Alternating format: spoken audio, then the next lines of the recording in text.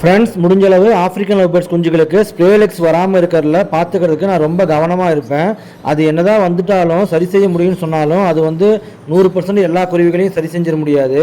குஞ்சுகளில் பெரிய குருவி நசுக்காமல் இருக்கணும். அதனால் பறித்து ஒரு 3 நாள் 4 நாள் வரைக்கும் நம்ம கவனமாக பார்த்துக்கணும்.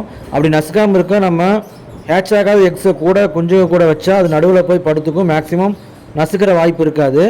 இருந்தாலும் நம்ம அந்த மாதிரி இல்லாத சமயத்தில் சில நேரங்களில் குஞ்சுகள் பேரண்ட்ஸை தள்ளி போட்டு மேலே ஏறி படுத்து இந்த மாதிரி கால் பாருங்கள் பின்னாடி விரிஞ்சிரும். இதை இப்போ அந்த பேரண்ட்கிட்ட விட்டோம்னா மறுபடியும் இதே வேலையை செய்யும். அதனால் இந்த மாதிரி இருக்கிற குஞ்சுகளை தூக்கி வேறு ஒரு பேரண்ட்ஸ் கிட்ட வச்சு தான் நம்ம காப்பாற்றணும். இல்லைன்னா கண்டிப்பாக இந்த சிக்கு பார்த்திங்கன்னா ஸ்ப்ரேலெக்ஸ் ஆயிரும். இங்கே பாருங்கள், பின்னாடி கால் பாருங்கள் முன்னோக்கி இருக்கணும். அந்த பக்கத்தில் இருக்கிற குட்டி பாருங்கள் எப்போ இருக்கணும் அந்த மாதிரி இருக்கணும். ஆனால் இதுக்கு பார்த்தீங்களா பின்னோக்கி இருக்குது பார்த்தீங்களா. மேக்ஸிமம் ஸ்ப்ரேலெக்ஸ் நெஸ்டிங் மெட்டீரியல் கம்மியாக இருந்தாலும் பேரண்ட் பேர்டு அந்த குஞ்சு பறவையை போட்டு அமுத்துனாலும் வரக்கூடிய ஒரு பிரச்சனைங்க. அது ஒரு 4 நாளைக்கு கண்டினியூவாக நடந்துச்சுன்னா குஞ்சுங்க கண்டிப்பாக அந்த கால் அகண்டு வந்துடும். அப்புறம் அதுக்கு ட்ரீட்மெண்ட் பார்க்குறது அது இதுன்னு நிறையா பிரச்சனைகள் வரும். அது வராமல் முன்னாடியே நம்ம பாதுகாத்துக்கலாங்க. ரொம்ப நன்றி.